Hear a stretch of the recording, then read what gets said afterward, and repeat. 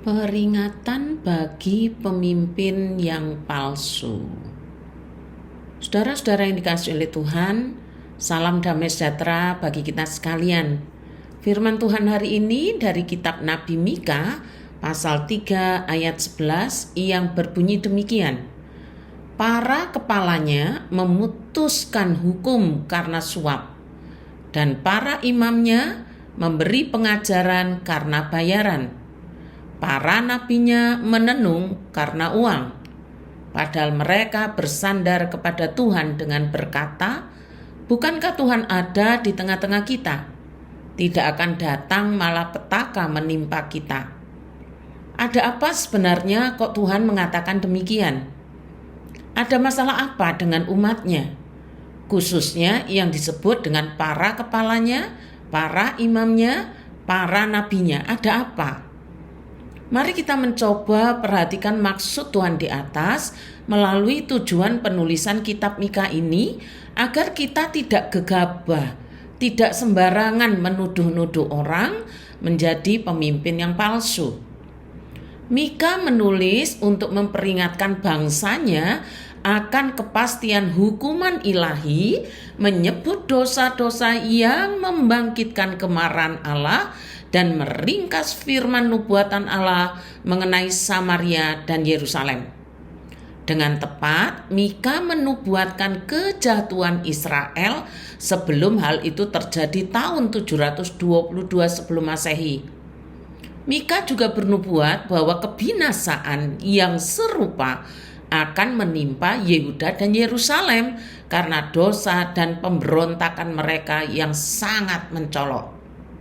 Jadi saudara, rupanya Tuhan menyuruh Nabi Mika untuk memperingatkan umatnya, untuk memperingatkan para kepalanya, untuk memperingatkan para imamnya, para nabinya yang terang-terangan berbuat dosa tetapi tidak merasa berdosa. Dan Mika pasal 3 ini mengecam dosa umatnya yang ada di Yerusalem yang notabene dekat dengan bait Allah dengan segala ritualnya. Dosa-dosa apakah yang dibongkar oleh Tuhan Allah itu? Yang pertama, saudara, disebut dosa ketidakadilan dan membengkokkan jalan lurus. Demikian firman Tuhan. Baiklah, dengarkan ini, hai para kepala kaum Yakub dan para pemimpin kaum Israel. Hai kamu yang muak terhadap keadilan dan yang membengkokkan segala yang lurus. Mengapa Tuhan murka terhadap dosa ini? Ya saudara, sebab bukannya mereka tidak tahu, justru tahu apa yang dikehendaki oleh Allah dalam firman-Nya, supaya berbuat keadilan terhadap orang-orang miskin, terhadap orang-orang lemah, orang-orang yang tersisihkan. Tapi para kepala ini tadi muak atau benci terhadap keadilan sosial bagi sesamanya. Yang dimaksud keadilan di sini keadilan sosial, saudara. Bukan keadilan hukum, bukan keadilan sosial. Siapa yang melakukan ketidakadilan sosial ini? Disebutkan adalah para kepala kaum Yakub atau kepala suku. Kepala suku ini adalah orang yang dituakan. Atau kalau zaman sekarang ya saudara, itu namanya penatua. Terus juga melakukan dosa membengkokkan segala yang lurus, atau mencintai ketidakjujuran, membengkokkan kebenaran. Saudara-saudara yang dikasihi oleh Tuhan, tentunya kita juga tidak mau dipimpin oleh pemimpin-pemimpin yang palsu, yang muak terhadap keadilan, yang membengkokkan jalan yang lurus. Pastilah kita tidak mau. Tetapi kita juga tidak boleh sembarangan menuduh jika kita sendiri tidak menyaksikan, jadi saksi secara langsung. Hanya katanya orang tidak boleh, saudara. Itu sama jahatnya dengan menuduh. Yang bisa kita lakukan adalah mendoakan. Mendoakan agar para pemimpin benar-benar melaksanakan firman Tuhan. Dan dalam kehidupan bergereja benar-benar tunduk pada tata gereja. Jika pada suatu saat nanti kita benar-benar menemukan bukti bahwa kita dipimpin para pemimpin yang palsu, maka jangan hanya dijadikan rasan-rasan, proses, naikkan. Supaya apa? Diselidiki apakah tuduhan itu benar atau salah. Untuk sementara waktu, apa yang bisa kita lakukan? Ingat Matius 23 ayat 3. Sebab itu turutilah dan lakukanlah segala sesuatu yang mereka ajarkan kepadamu. Tetapi jangan kamu turuti perbuatan-perbuatannya. Karena mereka mengajarkan tetapi tidak melakukannya. Nah, ini nasihat Tuhan ya saudara. Jadi jangan menghukum hanya karena katanya si A, jangan. Itu sama jahatnya dengan yang dilakukan para pemimpin di zaman dahulu. Yang kedua saudara, dosa apa yang dikecam Tuhan?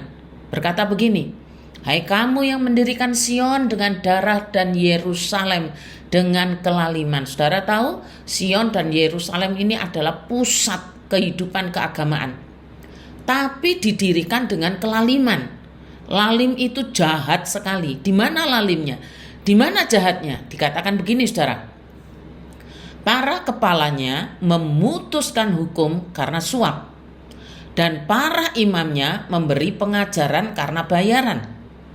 Para nabinya menenung karena uang. Padahal mereka bersandar kepada Tuhan dengan berkata, bukankah Tuhan ada di tengah-tengah kita? Tidak akan datang malah petaka menimpa kita. Perhatikan para pemimpin palsu ini gak ada takut-takutnya sama sekali terhadap kemahakuasaan Allah. Ia semakin lalim dan semakin jahat dan semakin menjadi-jadi. Dan semua mengira Tuhan ada di pihak mereka. Dan berpikir Tuhan tidak akan menghukum mereka dengan semua kelaliman dan kejahatannya. Saudara-saudara, para pemimpin palsu ini berbuat dosa kepada Tuhan. Maka Tuhan sendiri yang akan menghukum mereka setimpal dengan kejahatannya. Sementara kita saat ini sebagai gerejanya, apa yang bisa kita perbuat? Nah, peringatan Nabi Mika ini juga merupakan peringatan bagi kita saat ini yang diberi kesempatan oleh Allah untuk menjadi pemimpin, baik di bidang sekuler maupun spiritual. Jadi bukan di gereja saudara. Kehidupan di gereja dan di luar gereja harus sama-sama benar di hadapan Allah. Yang pertama, kita sebagai orang Kristen harus mengenal firman Tuhan dengan baik, menggali kebenaran firman dengan baik, supaya tidak sembarangan memakai firman itu. Dan kita bisa membedakan mana pengajaran yang benar dan mana yang palsu. Mana firman yang berasal dari Allah, mana yang dipakai oleh keperluannya manusia sendiri. Kita juga perlu berhati-hati terhadap pemimpin yang palsu. Yang kedua, apabila kita duduk sebagai pemimpin, baik pemimpin sekuler ataupun pemimpin rohani, layani dengan baik setiap orang yang dipercayakan kepada kita. Layani dengan baik bukan berarti kita nyembah-nyembah ya saudara, bukan. Layani sesuai dengan aturan. Bersikap tetap sopan dan tidak kurang ajar. Meskipun kita tidak bisa memaksa orang untuk berbuat benar, tetapi sebagai pemimpin kita harus menuntun orang ke arah yang benar. Harus berani menyuarakan firman. Mana arah yang benar itu? Arah yang benar adalah ikut Tuhan dan ikut firman-Nya. Bukan nyuruh orang untuk ikut firman, tapi kita enggak. Kita ikut Tuhan dan ikut firman-Nya. Selamat ulang tahun Tri Ari Bowo Kuncoro, Evan Nathanael, Michael Navarro, Wang Fang. Doakan saja Pri. Terima kasih, Tuhan Yesus memberkati.